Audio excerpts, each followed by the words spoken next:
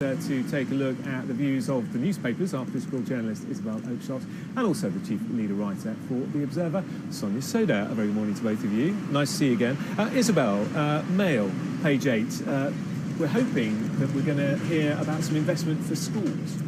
Well, we're trying to generate a bit of excitement about the budget today amid all sorts of other very exciting things and worrying things going on in the world. And one of the stories that's predicted in a lot of papers this morning is a bit of extra funding for education. I think it's very difficult for the Chancellor this time because the big picture is all about how much money we're going to be paying to get out of the EU. We're talking many billions of pounds. Speculation recently has been, is it going to be 20 billion? Is it going to be 40 billion? Could it even be more? So what he might do around education is going to look pretty small fry by comparison. I think there's a lot of concern too in Downing Street about the lack of build-up to this budget. And again, it's very difficult because the government is not strong. This is a very fragile administration at the moment.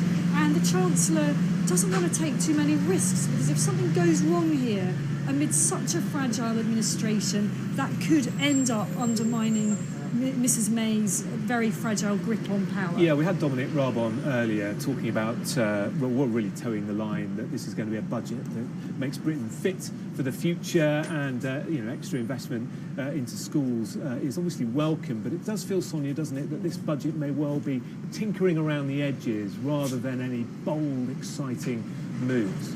I think you've put it perfectly. I think it's going to be a very incremental budget. So when we're talking about extra bits of spending, whether it's this money for schools, extra cash for people doing maths, or whether it's, we're expecting to see something for the NHS, but I think it's going to be incredibly incremental. It's not going to plug the gaps that people who lead Britain's public services say exist and say they need more money to fill. So if you look at schools, they're facing, falls in per pupil funding in real terms of 7% in the run-up to 2020. That's quite significant. You've got schools going cap in hand to parents, a little bit of extra money for teacher training and for students doing maths. It's fine as far as it goes, but I think a lot of teachers will look at this budget and think, well, it is just a bit incremental. Yeah, and of course, the Chancellor is under a lot of personal pressure politically as well, and that's a story that's covered in all the newspapers. You've chosen The Guardian's make or break for Hammond. It's going to be a defining moment for him, isn't it? Do you think this will be his last budget? I think it's very hard to say. I suspect he'll be sticking around for a few more months yet, just like I think there's a lot of speculation about Theresa May's future as Prime Minister. I think she'll be around for a good while yet.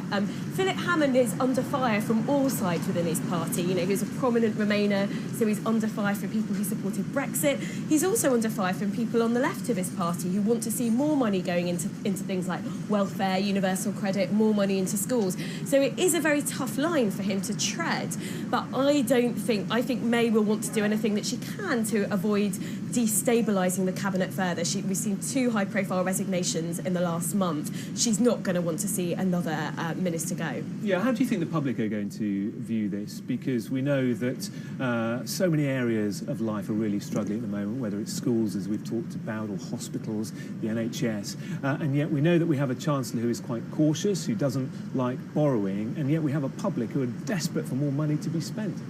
Well, voters always like the idea of more money being spent on public services. Every Chancellor has always had that. I think that it's a very difficult position for Philip Hammond today because, on the one hand, Theresa May desperately needs to reset the agenda, to really show that she has a grip on things, that she has a vision, that this administration is about more than just staggering on and trying to get through the next crisis. And, there have been very many and of a great variety of crises for her in the last couple of weeks.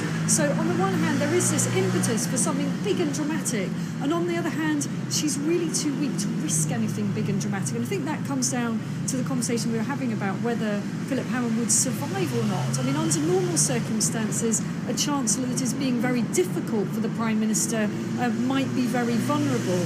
But at the moment, she really doesn't have an awful lot of authority, and it would be very difficult for her to move the pieces without risking the whole house of cards coming tumbling down. Indeed. Well, we watch with interest, watch and wait with interest. As you say, lots more going on in the world. We'll come to some of the other stories that are happening from inside the papers after this short break.